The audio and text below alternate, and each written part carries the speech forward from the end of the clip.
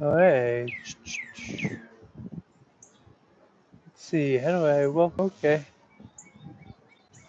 And we're going. We're live. We're doing it live. We're inoculating mushroom logs. Our wax is getting too hot. Starting to smoke. Let's add more wax.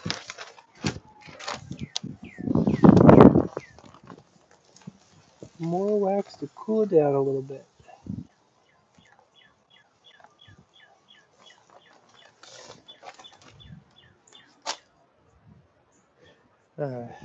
Let that melt. Hey, we got two people. Two people on the live. Hey, I assume this mainly just goes out to people who are subscribed to me. If it's your first time seeing me, hey, I'm Tyler. I am currently inoculating mushrooms, or inoculating logs with mushrooms. These are blue oyster mushrooms. I have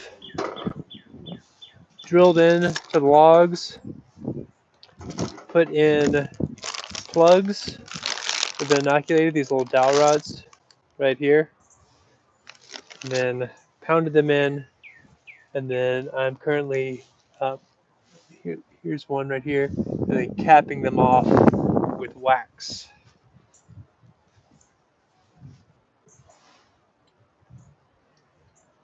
And trying out alive. I used to do these in the early days of my YouTube channel. Didn't really find a lot of value in it in doing the lives. I personally don't watch many lives on YouTube. Every now and then I get sucked into them on TikTok. I don't actively seek them out, but I thought it'd be a fun way to maybe interact with some people as I do these mushroom logs. Let me know how you feel about mushrooms. Culinary mushrooms is what we're talking about. Uh, these are blue oyster mushrooms, and I've also done a bunch of logs in shiitake mushrooms. And I'm sealing off the ends and all the holes to do two things: to lock in moisture and so that natural fungus also doesn't get in there. So if you can write in the chat if you can hear me, that'd be great, because I'm not 100% confident that the audio works. And I don't think it makes any sounds or dings when someone writes something or gives a like, which is a little bit obnoxious. Oh, that's a big clump of wax. Get that off. Ugh. Well, it's not going to hurt anything. Just doesn't look good. Nothing? No comments? No thumbs ups? That's fine. I am making a mess with wax over here. This one's all sealed up. Add this to my pile of mushroom logs. I need to turn this wax back on, this burner.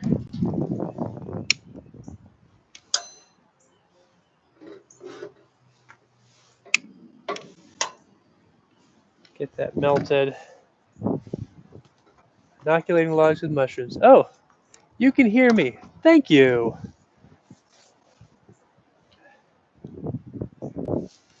Much appreciated. Yeah, for some reason it gives me all these settings to pick which camera and resolutions and everything on my phone, but doesn't actually tell me that it's going through the headphones or anything. So the UI is a little lacking for the YouTube live, I have to say. But making some mushroom logs. So I've inoculated these ones with the blue oyster mushrooms. by drilling holes in, placing these little dowel rods. I got these from Northspore, the company that I got these from. Put these little dowel rods in the holes. This is a special drill bit that you can buy. It's got this little stopper, so you only go so deep, but it's just a 3/8, I believe. Say it on there? No, of course not. But you could also just put a piece of tape on a regular drill bit to kind of know your proper depth. And then, yeah, knock the little inoculated dowel rod, put it in there, whack it with a hammer, and then sealing all the holes with the dowel rods with wax, food grade wax, the same type of wax that you would use in cheese making, and then the ends to make sure that the logs don't dry out and that they don't get infected with wild fungi, because there is fungus among us. It is everywhere.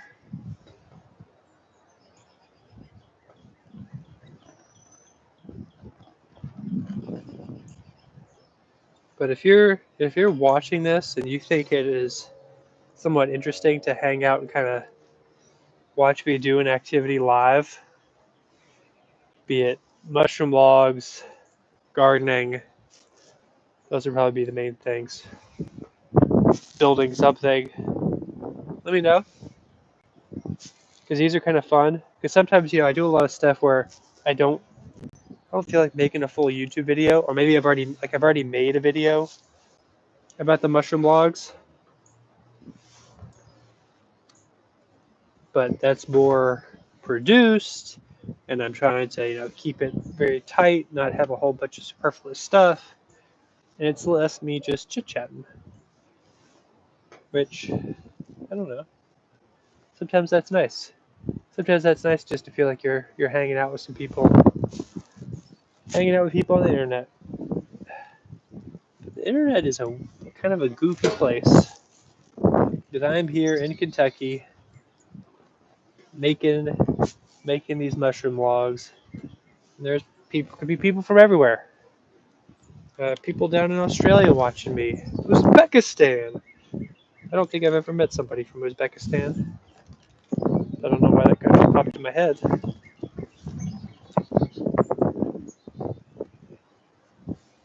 But that people all over the world can connect and watch a tall, goofy, bearded man put wax on a log like he's freezing his butt outside. Nope, I'm seeing the process, but honestly, I normally don't participate in lives. But I get that. I I too don't like watch even a lot of lives. Um, Sometimes I get sucked into them if I'm on TikTok. I mean, TikTok just kind of has that nature of just getting sucked in. YouTube for me has always been longer form content, uh, usually educational. There are some creators that I follow just for the total more. It's like infotainment. It's it's information, but it's more the entertainment and personality factor. Okay, come on. There's one spot that does not want to seal. Get in there. There we go. It's also hard to actively feel like I'm doing this, and if I was doing a live, like seeing, oh, Indiana, hey Indiana, Zone 6P. I went to IU for grad school in Bloomington. Great 2 years. Love Bloomington.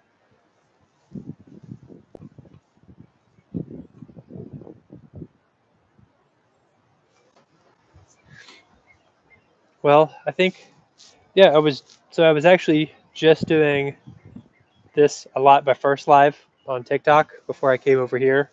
Um, a little bit crickets. I was like, well, why am I on TikTok where I don't have many people who follow me, and I've got a live audience or people who actively engage and I don't know, seem interested in what I'm doing, and maybe even me uh, as a personality, which is sometimes goofy.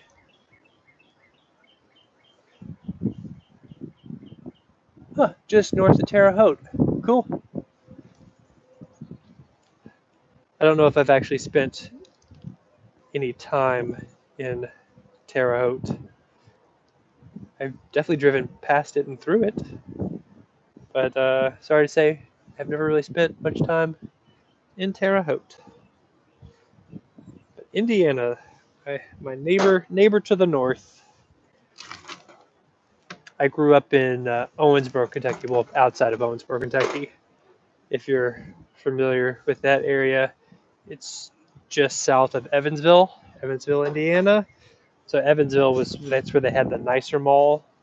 So that's where, if you're getting an outfit for a school picture, I think that's the mall where I went, where I got my laptop for school for when I went to college, a MacBook. That's where they had the Mac store there. Yeah. Evansville was the big town with the nicer mall, the rock climbing gym. Oh, windy, windy. Let's see. Not missing much. Okay.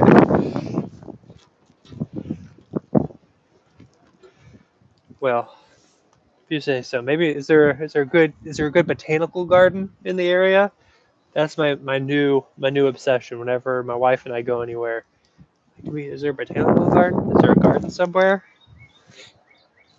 I am definitely uh, obsessive on my my gardening and native plant interest. So anywhere we go, it's definitely got some sort of component of that built into it. There's a farmer's market. Love going to a farmer's market wherever I'm at. Just see what people are growing, what's different from my area, especially the seasonality. Especially if I go out west somewhere, uh, like California, like farmers market in California, very different from farmers market in Kentucky. Remember, my wife doesn't eat fruit. She's a weirdo. Uh, but I've slowly been getting her to eat fruit. But one time we were out in California, farmers market, our roadside stand, they had strawberries. I got strawberries and I ate one. I was like, okay, Michelle, you have to try one of these strawberries. I know maybe you've had a strawberry in the past, but this is a really good strawberry. She had one. She's like, yeah, I like this. So I've gotten her to eat strawberries, figs, out of all things, which are a weird fruit to eat. Uh, Raspberries, blueberry, none of the larger fruits. Seems that she's staying with the berry type fruits. Chicago, Indy, St. Louis, yeah. Yep. Everybody making mushroom logs. I got one more log here that's already cut to drill. This is a tree that I cut down a week ago, 2 weeks ago now. But if you're ever interested in doing mushroom logs, you want fresh logs. Unfortunately, you can't get something that's just been sitting down on the ground for a while because the natural fungus that are out there are going to infect the log. And also, getting into spring right now, not also definitely in another week or two. Like this was cutting it close because once it starts warming up, it's sending all the energy that's stored in the roots up until the little tippies because they're starting to sprout their leaves and budding out. So that energy is not going to be in the trunk. So you want all that energy in there because that's what the fungus is going to feed off of. So cut this tree down. Also cut down a sycamore. These are two trees that kind of in the way. So this whole back wooded area um, wasn't wooded like a decade ago, and most of the trees that have come in are scrub trees. Not a good placement for them. So I've been thinning them out, definitely removing all the invasive species, and then um, also trying to repopulate with some better, more beneficial species, things that will support more biodiversity, maybe make food for myself. But as I'm cutting out trees, if any that are good for inoculating mushrooms, been doing that every spring. So.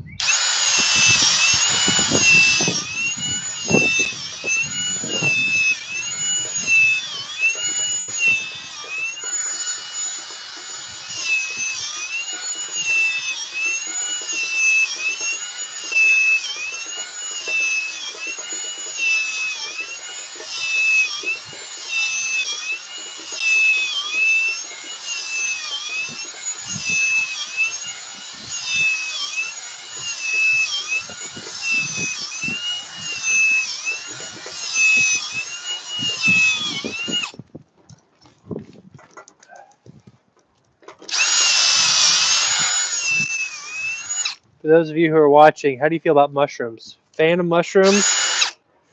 That's what I'm inoculating logs for mushrooms.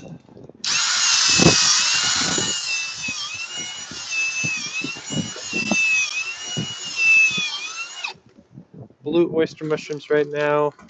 I've got some more shiitakes that I need to finish up.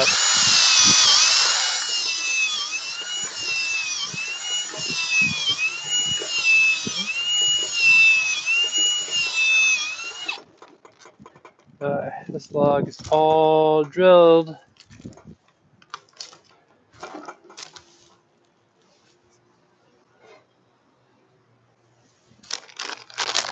Make sure I'm still putting in the right mushrooms. That'd be tragic if I screwed them up, because the shiitake do not grow well on this tree. It's basswood. You can't just use any tree.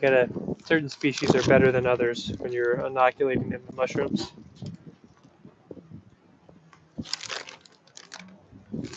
And I just go off the chart on the North Spore website, which is where I got these from. They've been good. My first year, right when we moved in, shortly after, I did a batch of shiitake, oyster, and then did several experimental ones. Some lion's mane. Tried to do some morels. I actually found morels in the woods. They're already there. Did wine cap mushrooms in the pathways. Those ones were pretty great. Those ones did well. But the shiitakes, which I already done, those did the best. Well, you might live mushrooms too, But yeah, you get the fat fingers. I was trying to type right now. I definitely have the cold fingers. It'd be mush. I got.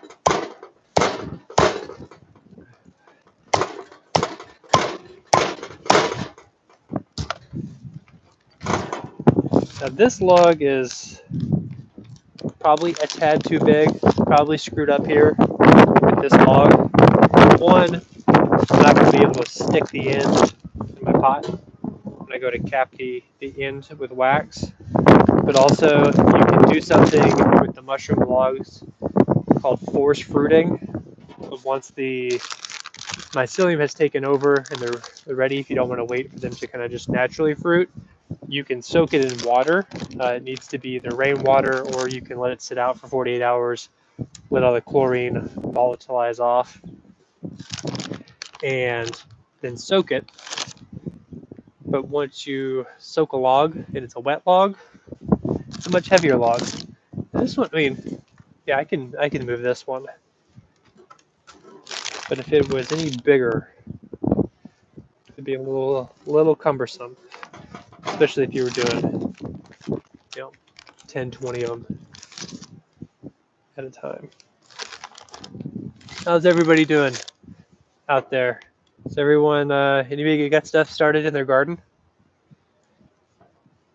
I got peas coming up right here.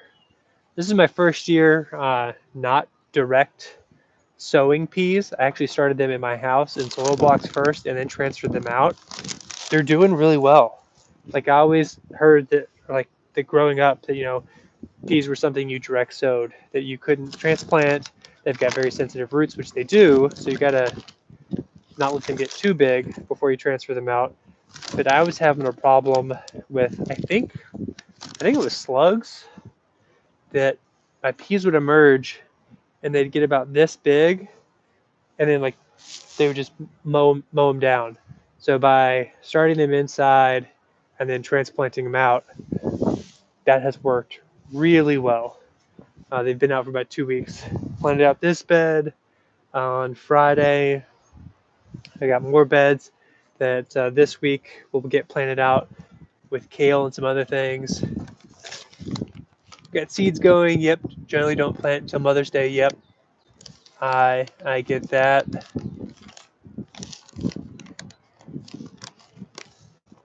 Yeah. So they always here it's Kentucky. I'm in Kentucky, so it's always Kentucky Derby, which is usually like the weekend before Mother's Day. They say like that's the day. That's the day for like your tomatoes, your peppers, and things like that. Um, I always have the problem of starting stuff too early sometimes.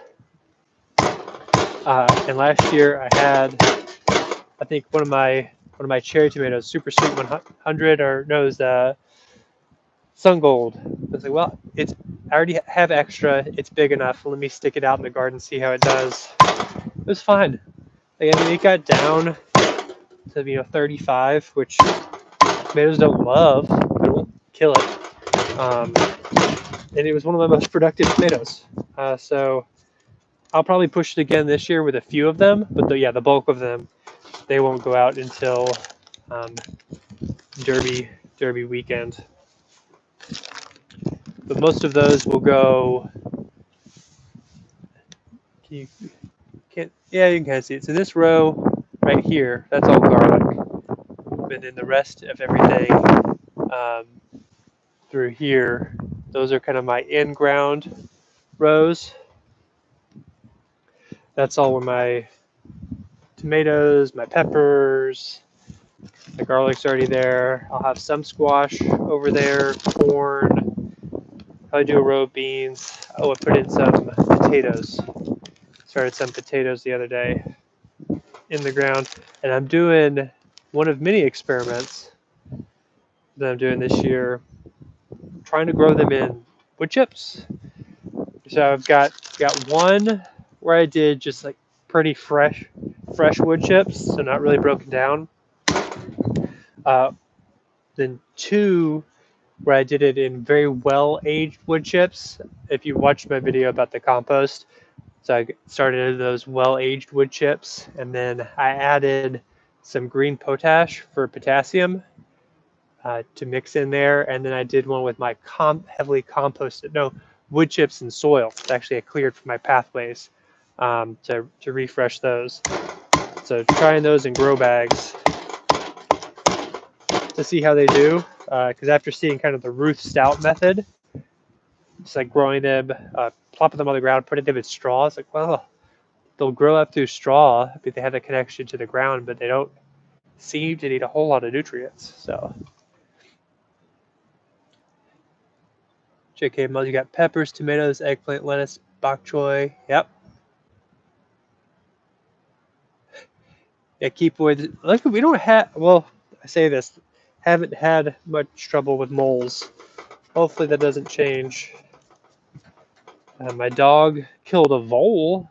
A vole yesterday, and then I think maybe it was the vole that I've started some, or trying to start some ginseng. I got some ginseng seeds, and then I stratified them in the fridge or kept them cold, and they were starting to sprout, and then potted them up. And I was checking them this morning, and it looked like there were a bunch of those like open seed caplets just sitting on the surface. So I don't know if something ate them or what went on, I think I see one little ginseng sprout. But along with my mushrooms in the woods, I'd like to have ginseng and then some other like medicinal crops going. I started ramps. We got ramps going in the woods.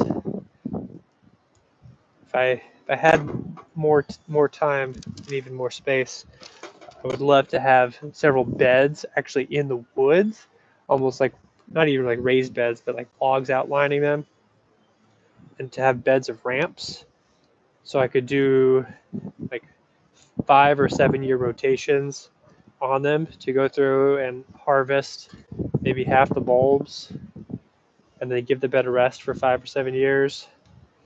Because one, I love ramps, but that's a good crop to sell too. At least it was when I lived in DC. Like people went absolutely wild for ramps. Uh, I don't currently sell any of my veggies. That's what I grew up doing, selling at farmers markets. I've got a lot of people interested in the native plants that I'm growing right now, that I'm starting. Some people asking me when those are going to be ready for sale. And I've looked into all the stuff I would need to do it legally. The nursery license is really cheap in Kentucky to get that certification, and then essentially just puts you on the books where they come out maybe once a year to make sure that your growing practices are such that you're not like harboring pests, or if you're bringing stuff in from outside the state and it's done properly. I don't think they're really checking for things like invasive species and stuff that I would probably think that they'd be checking for, because it's most places it's not illegal to grow certain crops. I'm gonna try to pour this and see how bad this goes. Oh, well, not great, but not the worst. Oh, and now the wind's blowing. That's the problem with the big log. I can't stick it down in my little pot here. My little pot from Goodwill. This is my wax pot, because this wax I learned from making. I think we were making like homemade candles or something. I just used a pot from the kitchen to melt beeswax. Yeah, that was an absolute mistake. I don't know if you've ever tried to clean wax from a pot. It's a pain in the butt. So this is just my dedicated wax pot. It's also a Teflon pot, which I would have bought a whole all metal one if there was one there. They didn't have any, but it was not scratched up. So my non-scratched up Teflon pot I felt okay with doing the wax. There shouldn't be any absorption of the PFAS if it made it into the wax, into the wood. It would have low mobility to do that. That's what I do at work. I evaluate chemicals. So that's my day job. Evaluate chemicals for risk. Do I have? This might be my last log. Everybody who is still watching and hanging out with me, let me know if you have any questions about these mushroom logs that I'm doing. I'm just about wrapping up this one. I still have some more plugs to do, so I have to decide, do I have the motivation to keep going, which will require me busting out the chainsaw to chop up the 2 trees that I currently have down for these. So I've got more logs that I could use. Just have to go cut some more stuff up.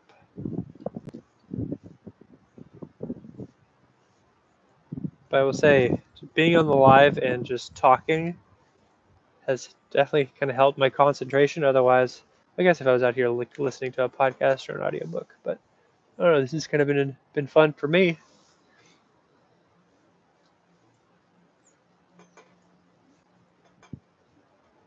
But yeah, doing mushroom logs. So for anyone who's interested, the process super quick.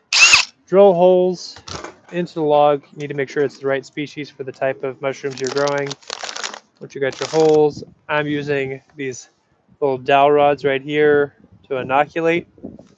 You can also use a medium that is a grain spawn, and they make these little plungers that you plug into the holes. Once that's all in there, you cap it with wax. It's a food grade wax, same type of wax they would use on cheese.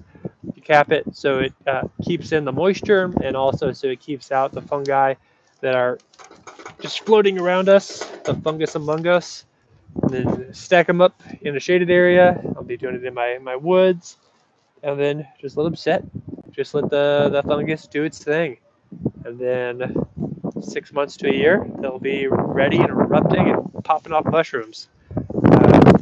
Different timing for different varieties. The shiitake that I have already inoculated, I did 100 plugs my first year, 500 the second year, did 500 again this year. But the ones I did last year should be fruiting probably after we get done with this cold snap that we're currently going through that I am not enjoying.